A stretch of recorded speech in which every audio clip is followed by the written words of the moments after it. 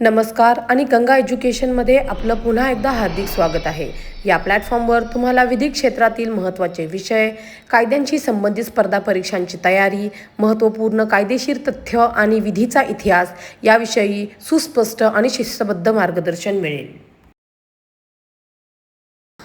आजच्या व्हिडिओमध्ये आपण पाहणार आहोत भारतीय साक्ष अधिनियम 2023चे सेक्शन 22 ते सेक्शन 25. नमस्कार. आज आपण भारतीय साक्ष अधिनियम 2023 मधल्या एका खूपच महत्त्वाच्या सेक्शनवर बोलणार आहोत. सेक्शन 22. हे सेक्शन का महत्त्वाचं आहे? कारण ते आपल्याला सांगतं की आरोपीने दिलेला कबुली जबाब कोर्टात कधी ग्राह्य धरायचा आणि कधी नाही. चला, याबद्दल सविस्तर जाणून घेऊया. तर एक प्रश्न नेहमी विचारला जातो की आरोपीने गुन्हा कबूल केला तरी त्याला पुरावा म्हणून का स्वीकारला जात नाही? असं कधी होतं? याच महत्त्वाच्या कायदेशीर प्रश्नाचं उत्तर आपल्याला नवीन कायद्याच्या म्हणजेच भारतीय साक्ष अधिनियमाच्या कलम 22 मध्ये सापडतं. चला, सोप्या भाषेत समजून घेऊया. तर आज आपण चर्चा करणार आहोत भारतीय साक्ष अधिनियम 2023च्या कलम 22 वर. हे कलम अगदी स्पष्टपणे सांगतं की जर एखादा कबुली जबाब दबावाखाली म्हणजे आरोपीच्या इच्छेविरुद्ध घेतला असेल तर तो फौजदारी खटल्यांमध्ये पुरावा म्हणून वापरता येत नाही, तो अप्रासंगिक ठरतो. कायद्यातली ही ओळ नीट बघा. याचा सरळ आणि सोपा अर्थ असा आहे की जर एखाद्या आरोपीकडून कोणत्याही प्रकारचं आमिष दाखवून, धमकी देऊन, जबरदस्ती करून किंवा खोटं वचन देऊन कबुली जबाब मिळवला असेल तर तो कबुली जबाब कोर्टात पुरावा म्हणून ग्राह्य धरला जात नाही, तो पूर्णपणे रद्दबातल ठरतो. ठीक आहे, तर मग कबुली जबाब अवैध ठरवण्यासाठी कायद्यात 4 महत्त्वाच्या अटी आहेत. चला, एक एक करून पाहूया. पहिली अट म्हणजे कबुली जबाब हा प्रलोभन, धमकी, जबरदस्ती किंवा वचनाच्या प्रभावाखाली दिलेला असावा. दुसरी अट, हा प्रभाव एका अधिकारप्राप्त व्यक्तीकडून म्हणजे समजा पोलीस किंवा मॅजिस्ट्रेट यांच्याकडून आलेला असावा. तिसरी गोष्ट म्हणजे तो कबुली जबाब देताना आरोपीला वाटलं पाहिजे की त्याला काहीतरी फायदा होईल किंवा तो एखाद्या त्रासातून वाचेल. आणि चौथी, सगळ्यात महत्त्वाची अट म्हणजे न्यायालयाला वाटलं पाहिजे की तो प्रभाव खरोखरच आरोपीला कबुली जबाबासाठी प्रवृत्त करण्याइतका मोठा होता. हे सगळं एका सोप्या उदाहरणाने समजावून घेऊया. समजा एक पोलीस अधिकारी एका चोराला म्हणतो, तू चोरी कबूल कर, मी कोर्टात तुझ्यावरील आरोप कमी लावेन याची खात्री देतो. आता इथे बघा, पोलीस अधिकारी ही एक अधिकारप्राप्त व्यक्ती आहे आणि सौम्य आरोप हे एक प्रकारचं वचन किंवा प्रलोभन आहे. त्यामुळे अशा परिस्थितीत आरोपीने दिलेला कबुली जबाब कलम 22 नुसार न्यायालयात पुरावा म्हणून टिकणार नाही. आता कबुली जबाब या शब्दाची नेमकी व्याख्या काय, ती आपल्याला पाकाला नारायणस्वामी विरुद्ध एम्परर या ऐतिहासिक खटल्यातून मिळाली. या केसमध्ये न्यायालयाने स्पष्ट केलं की कबुली जबाब म्हणजे असं विधान ज्यात आरोपी एकतर थेट गुन्हा कबूल करतो किंवा अशा सर्व गोष्टी कबूल करतो ज्या मिळून गुन्हा सिद्ध होतो. यानंतर अजून एक महत्त्वाचा खटला आहे, पालविंदर कौर विरुद्ध पंजाब राज्य. यात सर्वोच्च न्यायालयाने एक इंटरेस्टिंग गोष्ट सांगितली. ते म्हणाले की जर आरोपी आपल्या विधानात गुन्हा कबूल करतोय पण त्याचवेळी स्वतःचा बचावही करतोय, म्हणजे स्वतःला निर्दोष सिद्ध करण्याचा प्रयत्न करतोय, तर ते विधान पूर्ण कबुली जबाब मानलं जाणार नाही. आता जुन्या आणि नवीन कायद्यात काय फरक आहे ते पाहूया. हा जो नवीन भारतीय साक्ष अधिनियमातला कलम 22 आहे तो म्हणजे जुन्या भारतीय पुरावा कायदा 1872 मधला कलम 24. मूळ तत्व तेच आहे, पण नवीन कायद्यात जबरदस्ती म्हणजेच कोर्शन हा एक शब्द अतिरिक्त जोडला आहे. यामुळे या कलमाची व्याप्ती अजून वाढली आहे आणि ते अधिक स्पष्ट झालं आहे. आता सगळ्यात महत्त्वाचा मुद्दा, परीक्षेच्या दृष्टीने या कलमाचं काय महत्त्व आहे? तर लक्षात ठेवा, ज्युडिशरी प्रिलिम्स आणि मेन्स दोन्ही परीक्षांसाठी हे कलम खूप महत्त्वाचं आहे. एपीओ परीक्षेमध्ये तर यावर डायरेक्ट प्रश्न येऊ शकतो. विशेषतः यातल्या अटी आणि आपण चर्चा केलेल्या केस लॉजवर आधारित प्रश्न विचारले जाऊ शकतात. चला, तर मग एकदा पटकन उजळणी करूया. 3 गोष्टी लक्षात ठेवायच्या आहेत. 1. आपण शिकलो कलम 22 भारतीय साक्ष अधिनियम 2023. 2. याची मुख्य संकल्पना ही आहे की दबाव किंवा आमिषाने मिळवलेला कबुली जबाब पुरावा म्हणून ग्राह्य धरला जात नाही. आणि 3. परीक्षेच्या दृष्टीने पुराव्याची स्वीकार्यता समजून घेण्यासाठी हे कलम अत्यंत आवश्यक आहे. न्यायपालिकेच्या परीक्षांवर आधारित अशाच प्रकारच्या अधिक कायदेशीर विश्लेषणासाठी गंगा एज्युकेशन सोबत जोडलेले रहा. आज आपण भारतीय साक्ष अधिनियम 2023 मधल्या एका खूप महत्त्वाच्या कलमाबद्दल बोलणार आहोत आणि ते म्हणजे कलम 23. हे कलम सांगतं की पोलिसांसमोर दिलेल्या कबुली जबाबाचं काय होतं. तर सुरुवातच एका अगदी महत्त्वाच्या प्रश्नाने करूया. समजा एखाद्या आरोपीने पोलिसांसमोर आपला गुन्हा कबूल केला, तर तो कबुली जबाब कोर्टात पुरावा म्हणून वापरता येतो का? हा प्रश्न वाटतो तितका सोपा नाहीये, कारण ह्या एकाच प्रश्नाच्या उत्तरावर पूर्ण क्रिमिनल केसची दिशा ठरू शकते.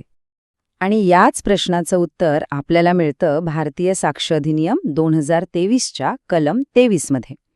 तर आज आपण हेच कलम डिटेलमध्ये समजून घेणार आहोत की ते आरोपीच्या हक्कांचं संरक्षण नेमकं कसं करतं. तर मग कायदा नक्की काय म्हणतो ते बघूया. कलम 23(1) अगदी स्पष्ट शब्दात सांगतं की कोणत्याही पोलीस अधिकाऱ्यासमोर दिलेला कोणताही कबुली जबाब सिद्ध केला जाणार नाही. म्हणजे सोप्या भाषेत सांगायचं तर पोलीस ऑफिसरसमोर तुम्ही कितीही कबुली दिली तरी तो कबुली जबाब कोर्टात तुमच्या विरुद्ध पुरावा म्हणून वापरला जाऊ शकत नाही, तो अग्राह्य ठरतो. हे कलम नीट समजून घ्यायचं असेल तर यातले काही महत्त्वाचे शब्द आपल्याला बघावे लागतील. पहिला शब्द आहे कबुली जबाब, म्हणजे आरोपीने गुन्हा कबूल करणं. दुसरा महत्त्वाचा मुद्दा म्हणजे हा कबुली जबाब पोलीस अधिकाऱ्यासमोर दिलेला असेल किंवा आरोपी पोलीस कस्टडीमध्ये असेल तर तो ग्राह्य नसतो. पण इथे खूप महत्त्वाचा अपवाद आहे, तो म्हणजे मॅजिस्ट्रेटची उपस्थिती. जर हाच कबुली जबाब मॅजिस्ट्रेटच्या समोर रेकॉर्ड केला गेला तर मात्र तो एक वैध म्हणजे ॲडमिसिबल पुरावा मानला जातो. ठीक आहे, आता हे सगळं एका प्रॅक्टिकल उदाहरणाने समजून घेऊया, म्हणजे आणखी सोपं जाईल.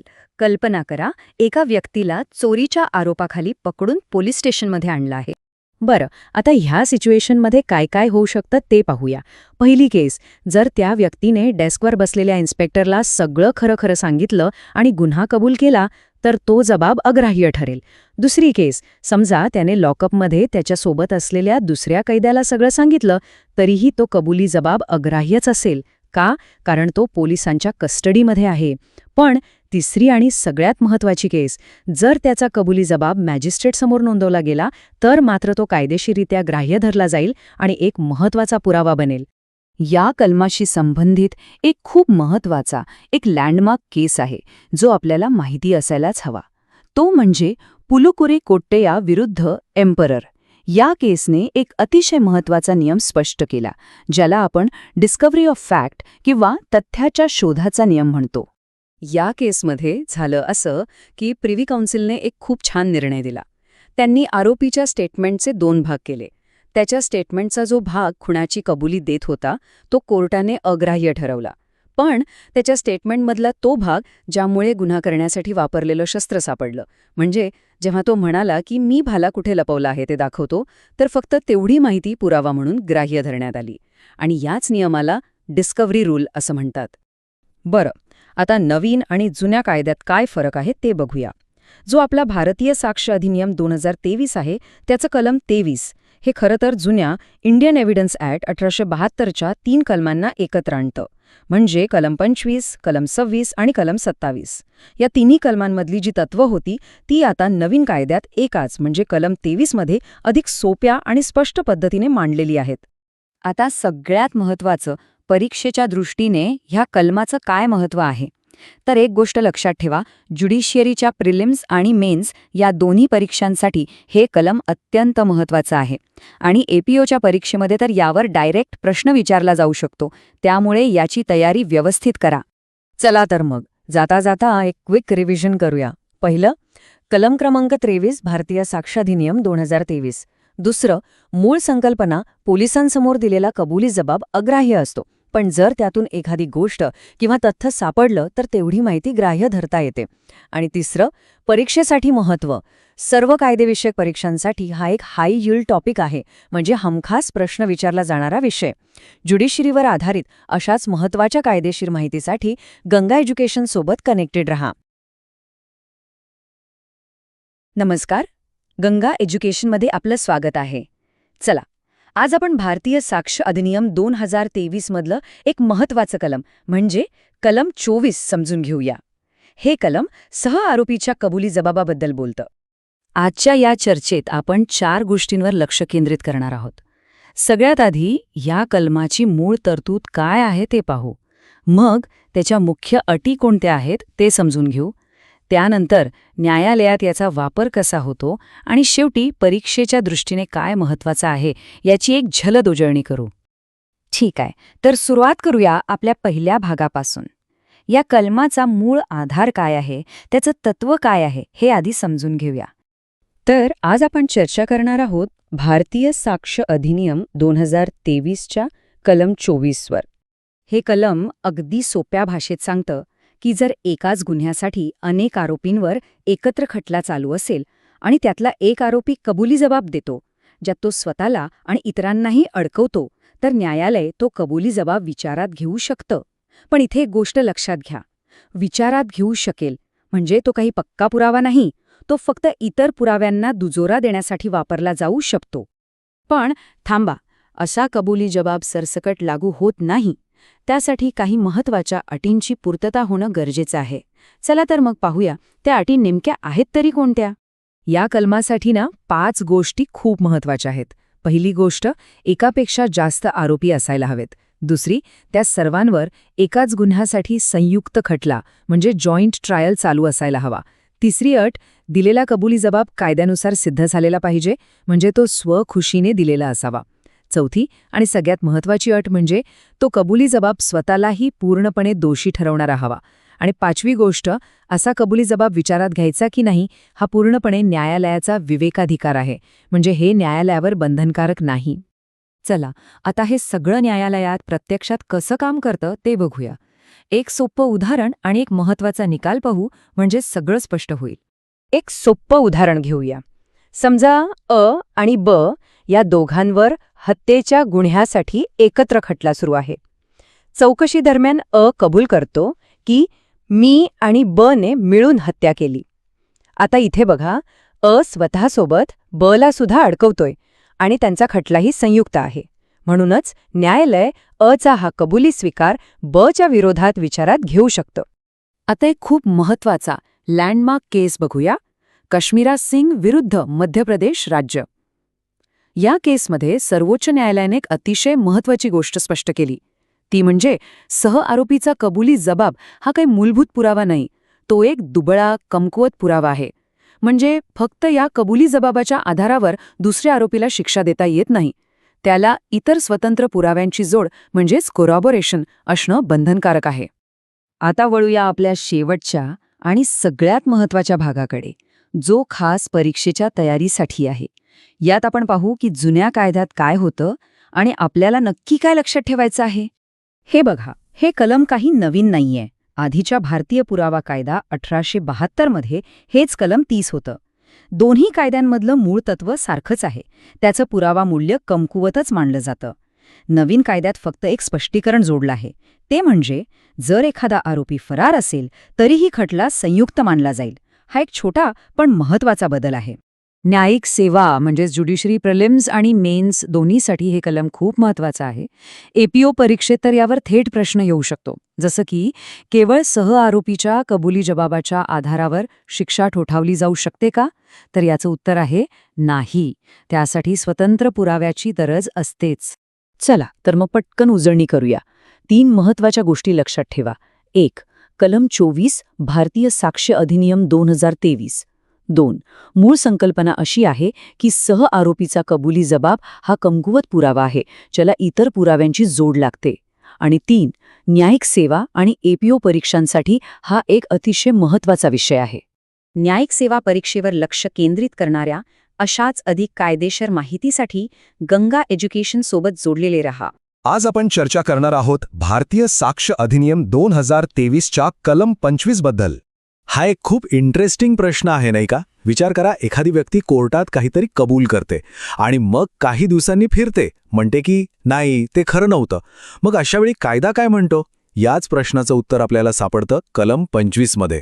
चला तर मग बघूया कायद्याची नेमकी भाषा काय सांगते. बघा, कलम 25 स्पष्टपणे म्हणतं की कबुली जबाब म्हणजेच ॲडमिशन हा काही अंतिम किंवा निर्णायक पुरावा नसतो, पण तो विबंध म्हणजे एस्टॉपल म्हणून लागू होऊ शकतो. आता याचा सोपा अर्थ काय? तर तुम्ही दिलेला कबुली जबाब हा एक खूप महत्त्वाचा, एक भक्कम पुरावा आहे, पण तोच काही फायनल प्रूफ नाही. आणि हो, काही खास परिस्थितींमध्ये तुम्हाला तुमचं विधान नाकारण्यापासून कायदा रोखू शकतो. ठीक आहे, तर मग हे कलम नीट समजून घेण्यासाठी आपण यातल्या काही महत्त्वाच्या कायदेशीर शब्दांचा अर्थ पाहूया. मुख्यत्वे करून या 3 संकल्पना आहेत ज्या आपल्याला समजून घ्यायच्या आहेत. यातली पहिली आणि सर्वात महत्त्वाची गोष्ट म्हणजे कबुली जबाब किंवा ॲडमिशन. तर कबुली जबाब म्हणजे काय? हे असं कुठलंही स्टेटमेंट असू शकतं, तोंडी, लेखी किंवा अगदी इलेक्ट्रॉनिक फॉर्ममध्ये सुद्धा, जे केसशी संबंधित एखाद्या महत्त्वाच्या फॅक्टबद्दल काहीतरी सूचित करतं. आता दुसरी संकल्पना आहे निर्णायक पुरावा नाही. याचा सरळ अर्थ असा आहे की कोणी काही कबूल केलं म्हणजे झालं असं नाही. न्यायालय फक्त त्या कबुली जबाबाच्या आधारावर अंतिम निर्णय देणार नाही, कोर्ट इतर पुरावे सुद्धा पाहणार. आणि गंमत म्हणजे ज्या व्यक्तीनं तो कबुली जबाब दिलाय ना, ती व्यक्तीसुद्धा हे सिद्ध करू शकते की हो, ते विधान माझ्याकडून चुकीने दिलं गेलं होतं. आणि तिसरी खूप महत्त्वाची संकल्पना आहे विबंध, ज्याला आपण इंग्रजीत एस्टॉपल म्हणतो. हा एक कायदेशीर नियम आहे जो खरं तर खूप इंटरेस्टिंग आहे. समजा तुम्ही काहीतरी बोललात आणि तुमच्या त्या बोलण्यावर विश्वास ठेवून समोरच्या व्यक्तीने काहीतरी केलं, तर नंतर कायदा तुम्हाला तुमच्याच बोलण्यापासून फिरू देत नाही, तुम्हाला यू-टर्न घेण्यापासून रोखलं जातं. ठीक आहे, आता हे सगळं थिअरीमध्ये ऐकून थोडं किचकट वाटू शकतं. चला एका प्रॅक्टिकल उदाहरणातून बघूया की हे सगळं प्रत्यक्षात कसं काम करतं. आणि हो, हे जे उदाहरण आपण बघणार आहोत ते परीक्षेच्या दृष्टिकोनातून सुद्धा खूप महत्त्वाचं आहे, त्यामुळे नीट लक्ष द्या. चला एक सिंपल सिच्युएशन इमॅजिन करू. समजा अ नावाचा माणूस ब ला एक पत्र पाठवतो. त्या पत्रात तो स्पष्टपणे कबूल करतो की हो, मला तुला 50,000 रुपये द्यायचे आहेत. आता ब काय करतो? तो ते पैसे परत मिळवण्यासाठी अ च्या विरोधात केस टाकतो आणि कोर्टात पुरावा म्हणून तेच पत्र सादर करतो. हे पत्र म्हणजे काय? तर हा अ चा कबुली जबाब आहे. आता लक्षात घ्या, हा एक खूप स्ट्रॉंग पुरावा आहे, पण तो निर्णायक पुरावा नाही. म्हणजे अ कोर्टात येऊन सांगू शकतो की अहो, ते पत्र मी चुकून लिहिलं होतं किंवा माझ्यावर दबाव होता. पण इथेच तर खरा ट्विस्ट आहे. जर ब ने त्या पत्रावर विश्वास ठेवून समजा कुठेतरी गुंतवणूक केली असेल किंवा काही खर्च केला असेल, तर मग विबंध म्हणजे एस्टॉपलचा नियम लागू होईल आणि अ ला त्याचं विधान नाकारण्यापासून रोखला जाईल. आणि ही जी संकल्पना आहे ना, ती फक्त कायद्याच्या पुस्तकात नाहीये. सुप्रीम कोर्टाने नागूबाई अम्मल विरुद्ध बी शमा राव या लँडमार्क केसमध्ये यावर शिक्कामोर्तब केला आहे. कोर्टाने काय म्हटलं? त्यांनी स्पष्ट केलं की कबुली जबाब हे साधेसुधे नाहीत, तर ते सबस्टॅन्शिव्ह एव्हिडन्स आहेत.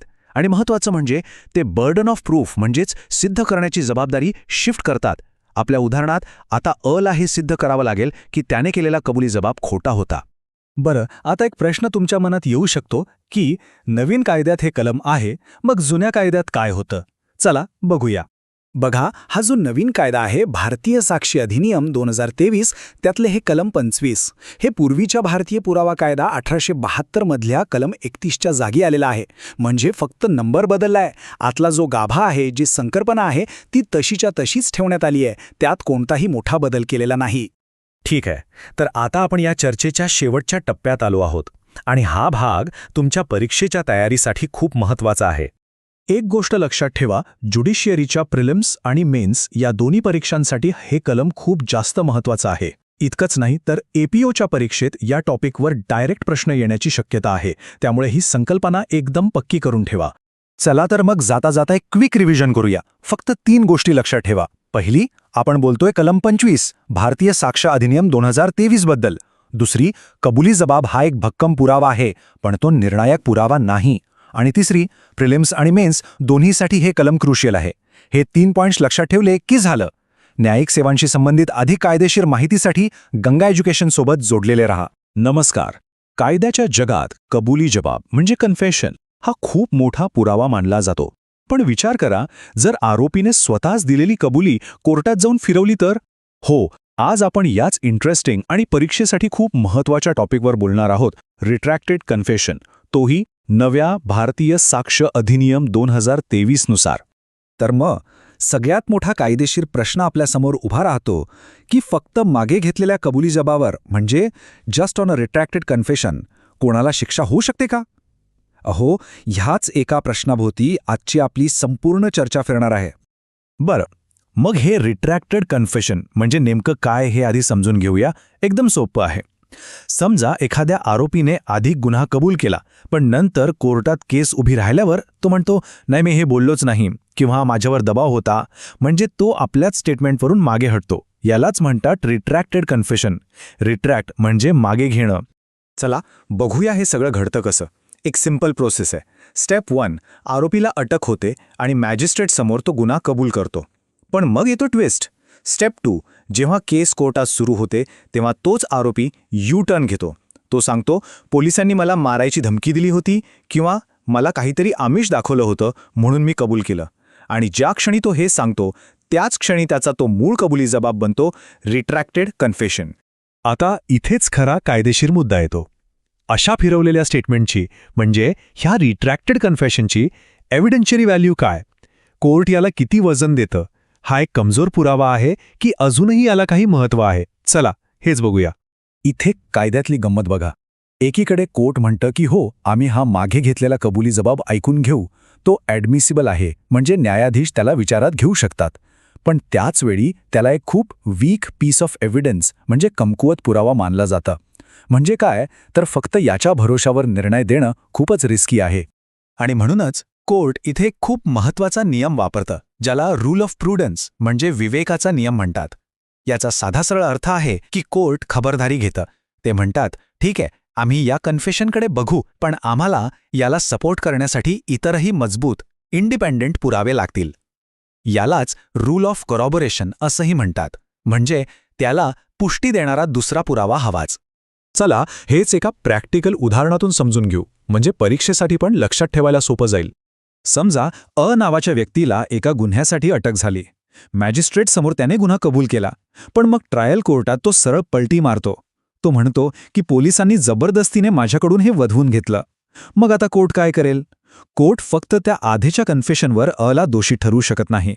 आता प्रॉसिक्युशनला म्हणजे सरकारी वकिलाला काहीतरी वेगळा आणि स्वतंत्र पुरावा द्यावा लागेल, जसं की एखादा आय विटनेस किंवा गुन्ह्याचं हत्यार काहीतरी, तरच त्या कन्फेशनला काहीतरी अर्थ उरेल. बरं, ही तर झाली सगळी थिअरी, पण खरं तर सुप्रीम कोर्टाने यावर काय म्हटलं आहे? चला काही महत्त्वाच्या म्हणजे लँडमार्क केसेस बघूया, म्हणजे आपल्याला कोर्टाचा दृष्टिकोन एकदम क्लिअर होईल. यातली पहिली आणि खूप महत्त्वाची केस आहे प्यारेलाल भार्गव विरुद्ध स्टेट ऑफ राजस्थान.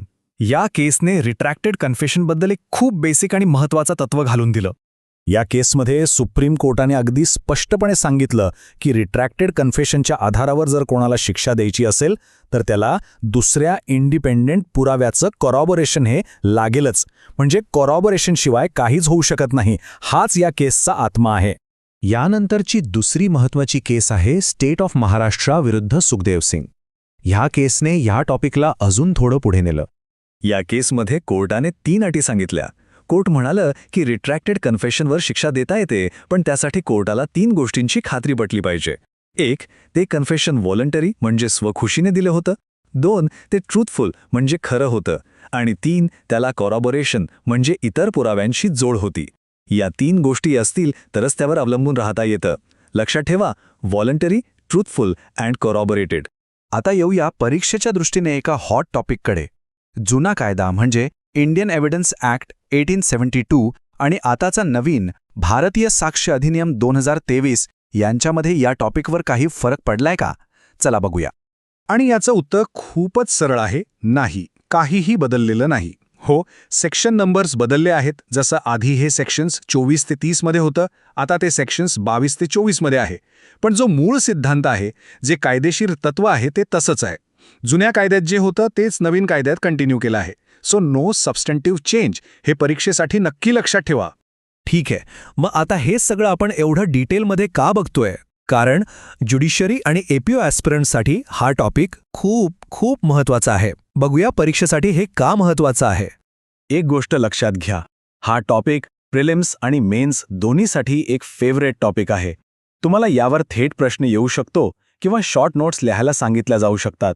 त्यामुळे याला अजिबात हलक्यात घेऊ नका. चला मग जाता जाता एक क्विक रिव्हिजन करूया. आजच्या चर्चेतले की टेकअवेज म्हणजे सगळ्यात महत्त्वाचे मुद्दे कोणते आहेत ते बघू. तर आज आपण काय शिकलो? 3 गोष्टी. पहिली, रिट्रॅक्टेड कन्फेशन म्हणजे काय? सोपं आहे, स्वतः दिलेली कबुली नंतर कोर्टात मागे घेणे. दुसरी, याचं कोर प्रिन्सिपल काय आहे? हे ॲडमिसिबल आहे पण वीक एव्हिडन्स आहे, त्यामुळे कन्व्हिक्शनसाठी इंडिपेंडेंट कॉरॉबोरेशन गरजेचं आहे. यालाच आपण रूल ऑफ प्रुडन्स म्हणतो. आणि तिसरी, एक्झाम इम्पॉर्टन्स, ज्युडिशरी मेन्स आणि प्रिलिम्स दोन्हीसाठी हा एक हॉट टॉपिक आहे. हे 3 मुद्दे लक्षात ठेवा. बास. अशाच प्रकारच्या ज्युडिशरी फोकस्ड लीगल कंटेंटसाठी गंगा एज्युकेशन सोबत कनेक्टेड रहा. हे सत्र पाहिल्याबद्दल धन्यवाद. हा व्याख्यान उपयुक्त वाटला असल्यास कृपया लाईक करा, शेअर करा आणि गंगा एज्युकेशनला सबस्क्राईब करा. अशाच महत्त्वपूर्ण कायदेविषयक व्याख्यानांसाठी आमच्याशी जोडलेले रहा.